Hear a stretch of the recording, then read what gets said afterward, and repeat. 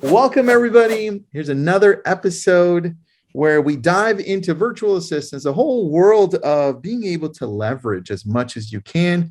And today we have my friend Sera and Gab.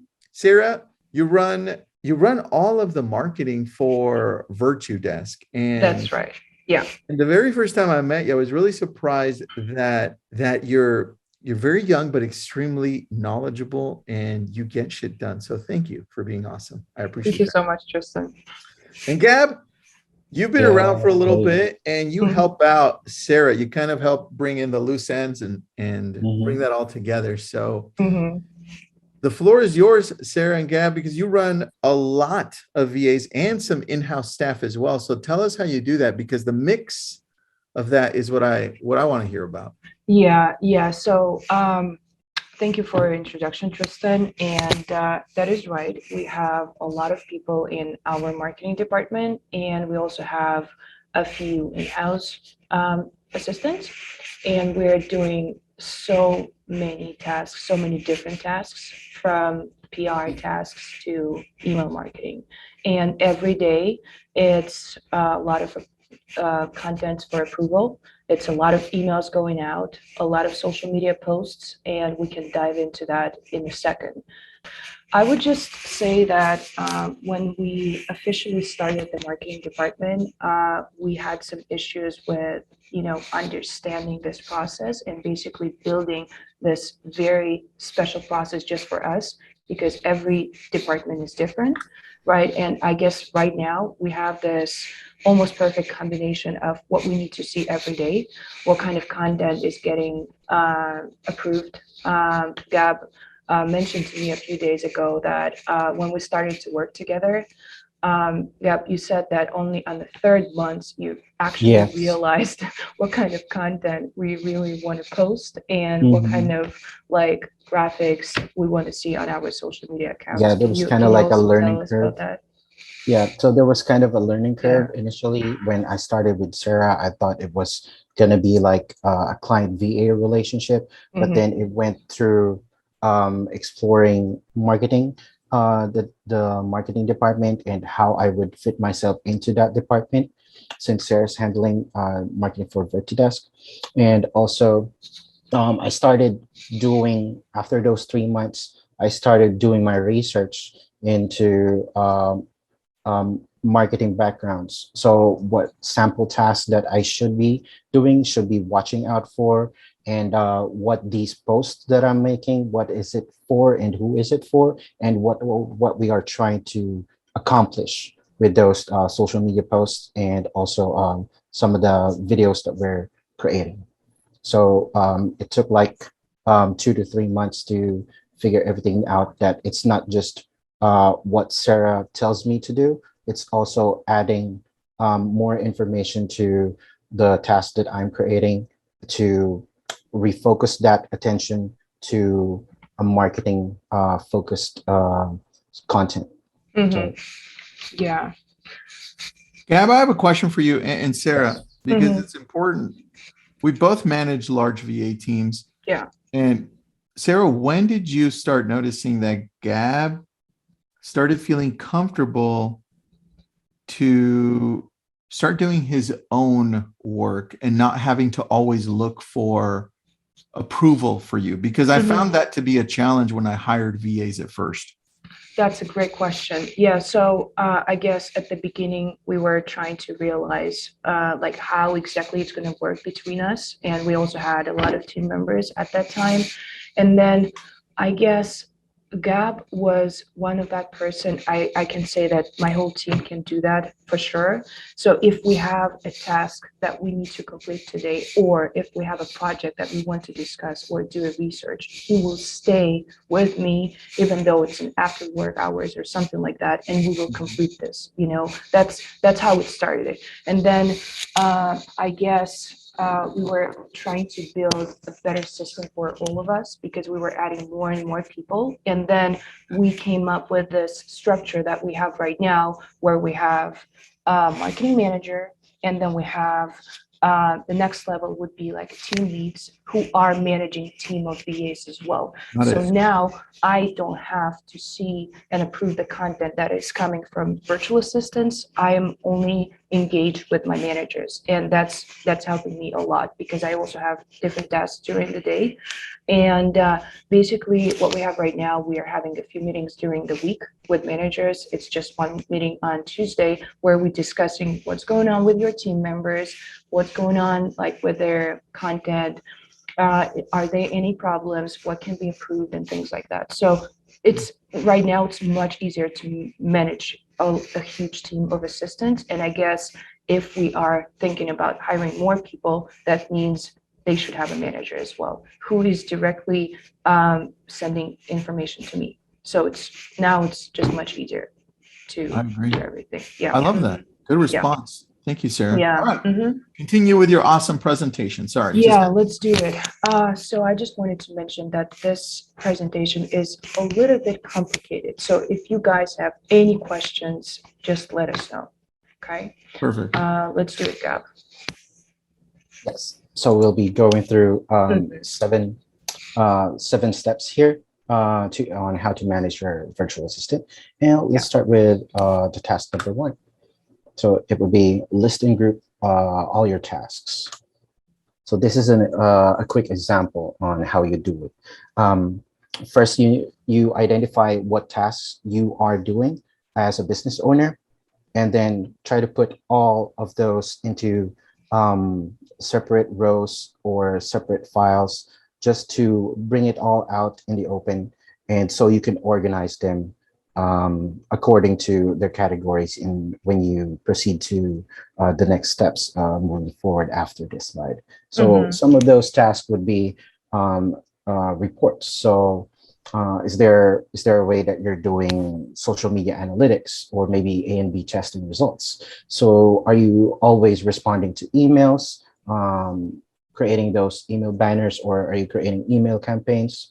So are you also doing hashtag research for your social media posts? And are you engaging with people via social media? If you receive some comments on your social media posts, if you're following back on these followers that are engaging with your content, and how you're answering these questions, and are you even sending thank you cards to your customers? So all of these tasks, just list them down, and then let's continue the next step. I would like to also mention that last week we were attending a conference, and I spoke with a lot of people who were struggling with like how to start with a virtual assistant. And one of the things that I mentioned to them is obviously you need to come up with a plan yourself before you hire a virtual assistant, but also understand all of your tasks and categorize them. So if you are a real estate agent, for example, and you want your virtual assistant to send out email campaigns to your previous clients to get their testimonials on your Zillow account, for example, that should be like a special category. And so you have to explain that to your virtual assistant, and then only then it's going to work, because you cannot mix all the tasks together. This is very important. Yeah. I think that's a common challenge, because we hire one VA and we want them to do everything that we think of. And I think that's where it's a challenge for a lot of people hiring one VA, right? Yeah, I mean, if it's a executive virtual assistant, they actually can do most of your tasks. But again, you have to help them out to understand like categories. If it's an email campaigns, if it's text messages, if it's a social media tasks, that should be very clear. Yeah. Cool. Yes. Also, samples of these categories would be, once you've listed down all of your tasks, which ones should fall under your tasks. So, for example, approve graphics and captions. You wouldn't want your virtual assistant to post those images and captions right away on social media. You need to approve them in order to make them more of your style and not with the virtual assistant style. At first, your virtual assistant needs to adapt to your style. It took me like 2, 3 months, 4 months before I actually found that what Sera wants on her images is actually minimalist style of graphics. So we often had like revisions for the designs I was making. Oftentimes it would be 5 revisions a week, More. sometimes 6. Yes, Wow. sometimes more. Okay. Yes, and Sarah's very specific with the alignment of the elements in your design, like what we're talking about inside our team. If it's crooked, it's not approved. If it's not aligned, it's not Not approved. approved. Yeah. Yes. So we're also focusing on those quirks that the client also wants to be perfect. So Mhm. yes, so we're focusing on those. We're trying to learn what the client needs, what the business owner needs, and we're trying to adapt to them. It might take a little while longer Mhm. if you're not articulating it to your virtual assistant, Mhm. um, if you're not explaining why the revisions are the way it is, because if you don't express yourself, the virtual assistant will just do the revisions and they wouldn't understand why. So that's actually one of the reasons we're working great with Sarah, because she can provide us with the examples of for revisions, design revisions, for changes. She actually tells us why it's important to do this, and we're taking note of that for our upcoming projects. Yeah, and That's a I can. really, sorry, Sarah, this is something that you do well. Uh-huh. And I Yeah. want to point it out because if you're listening into this, the one thing that you should be looking to do is exactly what Sarah does. She grabs something that she loves and she says, hey guys, this is how I want it, right? You give the example. And I think sometimes, Sarah, as somebody who hires a VA, we just expect them to do things without giving them an example of It's what not to going do. to work like that. No, Yes. not at all. And that's actually the second thing that I heard from people on the conference. Like, I expect my VA to start doing my business right away. It's not going to work like that, really. And I can give you a perfect example that happened like half a year ago. We were designing the banner for our expos, like for our booth. And I was sending tons of examples for Gap's team. And I guess we had millions of revisions. Do you remember that, Gap? It was a Yes. very long Mhm. process. And at the end, we got this perfect banner and everyone were happy. Yes. So figuring Yeah. that out would Mhm. also be impossible if we didn't have ideas or like examples or like lookbooks or examples of other other backdrops that are being used in some expos. So Sarah grabs those what she likes and provides it to us. So we have like tons of examples, and it's up to us to pick out the details that are gonna be that we can grab from one example and then grab another one from an example and then blend it in together. So we would make the perfect one for Sarah. Yeah, and as a real estate agent as well, I would suggest you to come up with at least a brand kit of your business, Mhm. like the colors, fonts, sizes of those fonts, and everything like that, and make sure you share this with your virtual assistant. Okay, let's move on, Gab. Yes. So this would Mm-hmm. be now when you've done categorizing the task, you need to identify the tools. So some of these tools would be your business apps, your communication tools, your productivity tools, and your creative tools. So I've listed here some business apps that some business owners would probably need. Like if they have a website, they might be using WordPress for a content management system behind that website, or maybe they're using Wix or whatever website creation tool that they're using. Give that access to your virtual assistant and they'll do some posting there, or maybe uploading blogs, creating blogs, and uploading content. So part of that, these business apps are Facebook, Instagram, um, even Salesforce as your CRM. Mm-hmm. Yes, so these would fall under the business apps, and this would be important for you to provide some access, some level of access to your virtual assistant. Obviously, not all of them. If you want to use password protection, you can also do that. You can use LastPass, 1Password, Bitwarden. There's a lot of them online, and most of them are paid. Some of them are free as well. So you can create your own security by just giving them some level of access, like maybe just an editor access and not a full admin access. So yeah, some tasks, some communication examples will be like how you're going to communicate with your virtual assistant. You need to create this or identify this first before you hire a virtual assistant. So are you good with using WhatsApp? Are you always going to talk to them via Zoom? What if you're out of your computer? Are you going to create a Zoom meeting when you're just on your phone? When you're going to your client? So you could do that also in Skype or iMessage, but you need to make sure that this virtual assistant also has access to that tool. So for us, we're using Skype most of the time. Yes, and because Skype, we can also do a whole day of calls without losing connection. And for example, with Zoom, you just get cut off for 30 minutes or sometimes 30 hours. We could do the whole day being on a call on Skype and discussing things for approval and stuff. And I'll just be on a call with my team, and then Sarah can just pop in and check in with us, see if there's anything for approval that she can do while on this call. So that's a great thing that we're doing right now.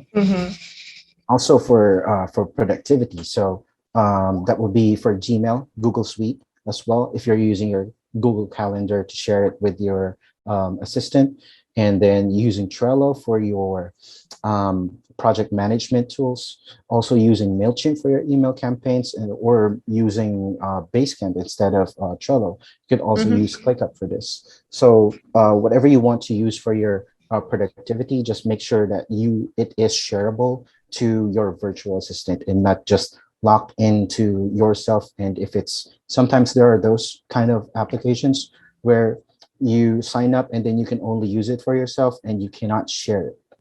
You can't share your calendar, you can't share your email, but you can't have access to can't provide access to others. So this would be some examples of that you need to watch out for. I mean, it's up to you guys. If you don't have a team of virtual assistants, I'm usually using iMessages if you just have one virtual assistant, but it's up to you. We're using Skype just because it's more comfortable for us, and we have a lot of people, obviously. Yes, and this would be for the task assignments going out to step 3.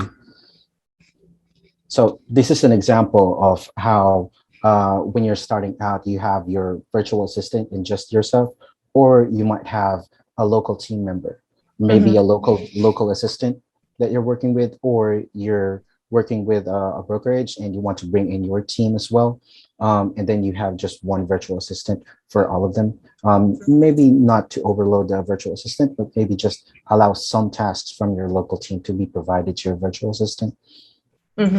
Yeah, we actually discussed that yesterday with the team and our CEO, Pavel, that right now it's actually the perfect combination if you have someone in-house. For example, if you're in real estate, that could be your TC, like an in-house TC, plus this TC has a virtual assistant. So virtual assistant can take off some TC tasks, right? Not super important ones, and also marketing tasks like social media. So whenever you are doing an open house, again, this is just a real estate example, or something like that, you can record those clips, you can send that to your virtual assistant, and she will take care of that, posting that in social media, stuff like that, while your TC, in-house TC, is focusing on her tasks. So we saw that this is the perfect combination, actually, when you have in-house and a virtual assistant.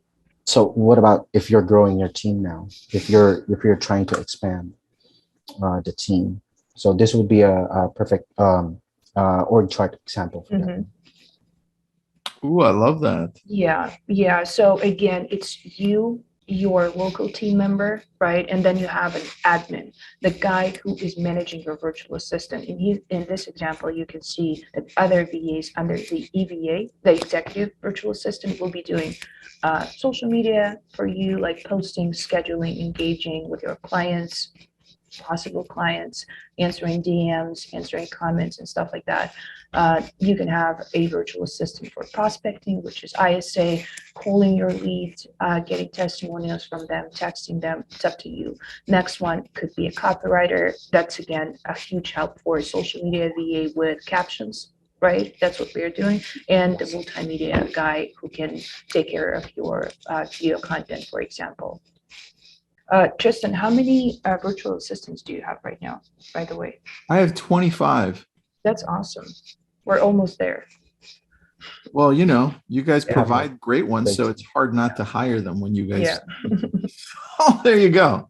Yeah, we this have is like- this is looks like our marketing department, but it's bigger now, obviously. And this is a great example of building a team where you have a lot of people, right? So on the top, you're going to have director of operations, and this person is managing the team leads, right? The managers. And that's going to be a social media guy, that could be a sales and marketing, that could be a customer relationship. It's up to you.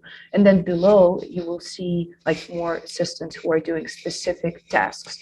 For example, we have an amazing guy who is in Gab's team, actually, and the only task that he has is doing the video editing of all the video content that we have. He's only focusing on that. And I know, Tristan, you have the same person on your team. So he can produce a lot of video content, and it can be so different. He can edit webinars, he can edit TikTok clips, he can edit shorts for your YouTube channel. He can do so many things, and this is just one person, you know? Yes. Also creating ads, commercials. Yeah. We actually created a few Google ads with this guy, and that was amazing. A lot of revisions, but that was amazing at the end.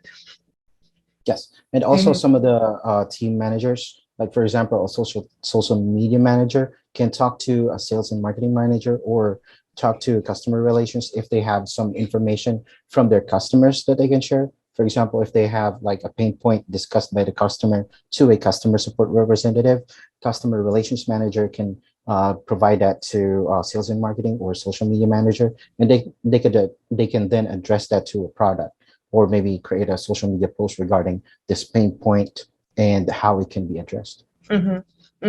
Yeah, this is what we're doing with our CEO right now. So the questions that we're getting in our leverage group or our social media accounts, we're actually sending them to Pavel, and then we're asking him to talk about this on his social media profiles, like discussing those issues, like, I don't know how to hire a virtual assistant. That's exactly what he's going to discuss on the next webinar, for example.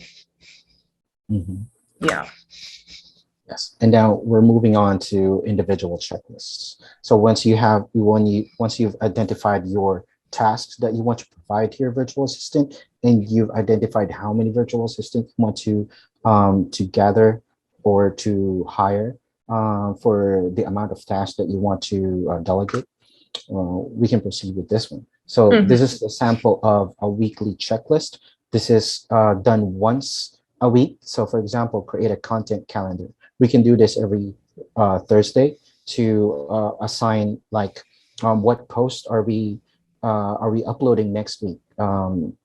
What is trending this week that we can use next week, or what's the projection for next week? Are we going to create like a video with our business owner, and then have him create that video, and we're going to post it next week to address an issue that we received from last week? So that's a good example. So also reports on Friday, what you've discussed for the week and what happened throughout the week. You can get the analytics, and you can do weekly, monthly, or year-to-date analytics. And then you can assign that to a virtual assistant, and they'll prepare that for you and discuss it on your weekly meetings if you've set the time for that weekly reports meeting. So another way is to also create a daily checklist. And this is how a daily checklist would look like. It's very detailed. I would suggest to create and be as detailed as much as possible, just in case if you're getting an idea of adding a new virtual assistant, or maybe promoting your current virtual assistant to a director of of operations, and then you're going to hire a new virtual assistant to replace all the tasks that he's been assigned to. And if you have this ready, you can just follow through the checklist. Not only this gap, but not only replacing a virtual assistant, right? Yes. But also when you're adding more virtual assistants, it's super easy to see what this person is doing and what kind of tasks you can assign to another guy. So that's why everything should be very detailed and obviously in writing. So you understand what your virtual assistant is doing daily, and so is your virtual assistant, so she or he doesn't have any questions. And we're going to show you an example of an actual daily checklist in a sec. Yeah. So this is the example of the checklist. So what we just did is we laid out the steps for those checklists for those tasks. But this one, since we actually got the subtasks for that, and how we have an estimate now for how long a task can be done. Like for example, upload reels. That person would be recording that reel or maybe editing that video and then creating a caption. So it would probably take around an hour. So we put it into a time block, and that task would be done in an hour. And then we have here, like, for example, a 30-minute section that is a task that can be done within 30 minutes. So we plot that out throughout the week. So we'll see what the task assigned to a virtual assistant is on Monday, Tuesday, Wednesday, throughout the week. So we know that if there's a gap in between, we can assign more tasks to that person. So guys, if you want to get these slides, just send us your email address and we'll send that to you within a few hours. Where do they put the email address in? That could be Zoom or Leverage live video. Perfect. You can put it into the Leverage community on Facebook. Let's move on to the next slide, Gab. So this would be a project calendar. Remember when you guys told you that you need to use some sort of application to use as your project management software? So this would be a good example of that. I also listed out some sample project management softwares here. So what this does is you can plan ahead or maybe ask your virtual assistant to create this schedule and plot it out for the next month or for the rest of the year. If you have like events that you're going to, if you have webinars that you want to attend to, you can put that in your social media calendar and then promote it as well. And I know, Tristan, you are posting a lot of like post in Leverage about your social media calendar, like a monthly version of that or something like this, right? And where you have a specific content for each day of the week. So that's exactly what we're doing as well, as you can see. So on Mondays, we decided that we're focusing on video content, for example. On Tuesdays, this is what's going on. On Wednesday, it's all about Leverage webinar that we're having right now, right? On Thursday, and so on. So again, if you just have one virtual assistant, you still have to work on the calendar and understand what kind of tasks you guys are posting daily and have this on your calendar. And I now, guess, let's move on to the next one. So this would be the scheduled reports. Remember that weekly task that we discussed earlier? This would fall into that. So if you have your reports, you could ask your virtual assistant, assign them to create email ad campaign reports, click-through rate to discuss that, and also research about competitors. So what are your competitors doing? What are you not doing? And what's working? What can be improved? What can be improved for sure? Yeah. Yeah, and also on your social media analytics. Well, what's working? What's not working? What's new on social media? Maybe you could post about that, or maybe create a new post using that new feature on Instagram or new feature on TikTok. And also for key performance indicators, these are KPIs. So you can measure how many signups you got, how many orders that you got, how many listings that you got in this week, and maybe track that and see the progress of what you're doing and what made those changes. Maybe some A and B testing as well. Yeah. For example, we're talking about Facebook ad or Google ad. We are doing those all the time, right? And I guess it's very important to analyze the data. So let's say you have a Facebook campaign and you're seeing that you're not getting enough clicks or not getting enough signups from the ad or whatever your goal is. So just talk with your virtual assistant and see what's going on, what you're not doing, what can be improved, and maybe you need to work on the content. Maybe you need to do the A/B testing first before launching the campaign. So it's very important to talk about this and analyze that. And I mean, without that, you cannot be successful, I would say. Same Yes. goes with everything, like social media content, email campaigns. It's basically covers everything. Yeah. And this is the actual start of date report from one of our virtual assistants. And this is how it can be done. So in this SOD, he's actually saying, this are my tasks for today. And he, of course, he also have his daily checklist that he's following, but this is just for you as a client. So obviously you can ask your virtual assistant to provide those SODs daily. So at the beginning of the day, you're getting SOD and you know what the virtual assistant is going to be working on today. Right, Gab? Yes. So as you can see, you'll see what are his tasks for the day. And if you see that you want to add more, you can do so. Maybe create some ad hoc tasks, and then that will be added to his end of day report. So Yeah. we'll proceed with the report now. Yeah, and it's applicable to every virtual assistant, like executive virtual assistant, marketing. It doesn't matter.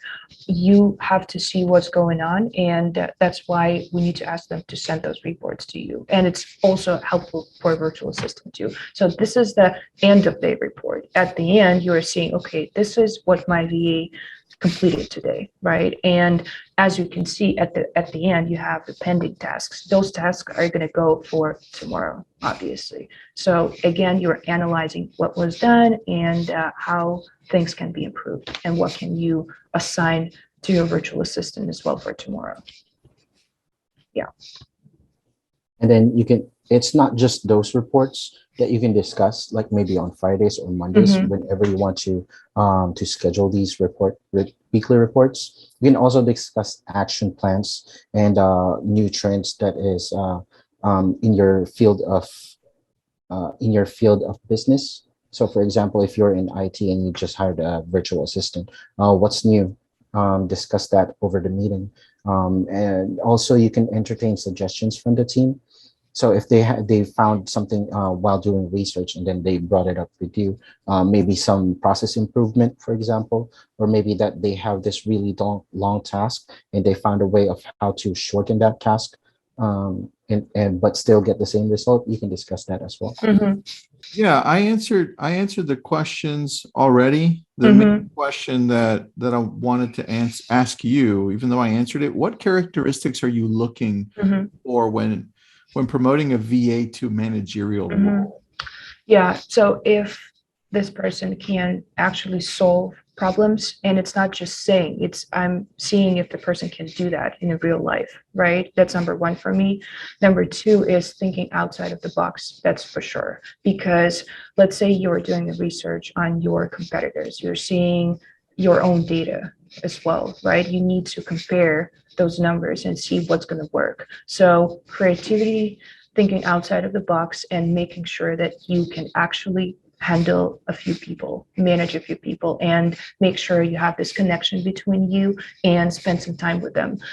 For example, our managers in Virtudesk in the marketing department, they are on daily calls with their virtual assistants. That's happening every day. Plus, any questions from their team members are going to be answered within the day. So we just need to make sure that those managers are actually communicating with their team members and helping them out with any tasks that they have or questions. So that's what we have right now.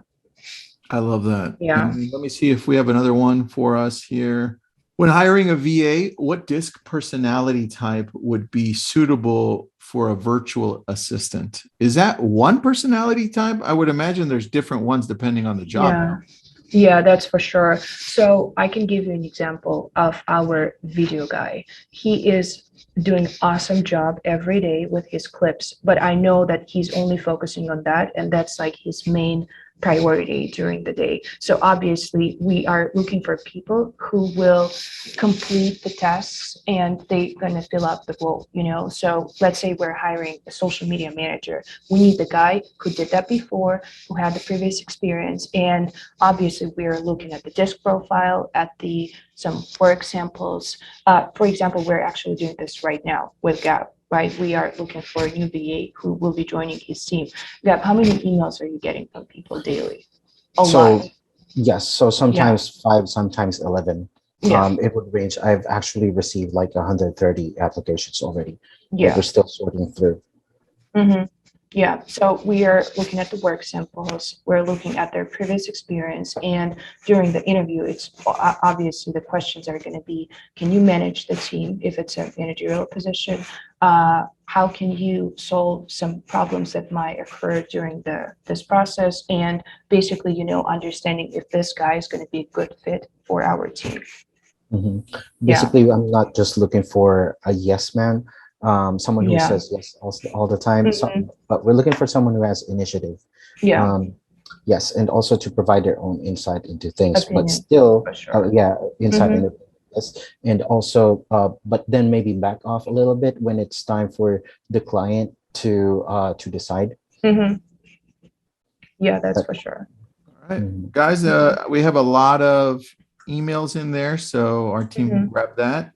And then we answered all of the questions. Anything else you guys want to add here? Because this was like a master class in about 30 minutes. Yeah, yeah. I mean, we actually, to be honest with you, we deleted a few slides because we realized that it's going to be too much information. But let us know if you guys have any questions. We can send you some awesome checklists. And I wanted to announce that right now we are preparing a amazing checklist for all of the people who doesn't know how to start with a virtual assistant, like the prep work that you have to do as a client before you even go to the company or you will be hiring as a direct hire virtual assistant, right? So what you have to do, like the plan, all the checklists, all the tasks are going to be there, and we'll be sharing that in Leverage. Yeah. I love that. That's Hmm. awesome. Thank you. Thank you for Yeah. that. And of course, go to Virtudesk if you need a virtual assistant. That's who they work for, and we're helping them as well. And obviously, I use one or two free there. So thank you for that. And this is recorded. It's on our Yeah. YouTube channel for Hmm. Virtudesk. So go there. I know we got that question a few times. And feel free to reach out to us. There will be a part 2 to this, I'm positive, because they cut out some slides. Yeah. So you know there's part 2 coming. So thank you for Yeah. that. Thank you, Tristan. Thank you, Thank you, guys. Sarah. Thank you. Happy late birthday by a Thank day. you. And Gab, thanks for being on, man. You guys rocked it. Thank you. Thank you. Have a great one. Bye bye.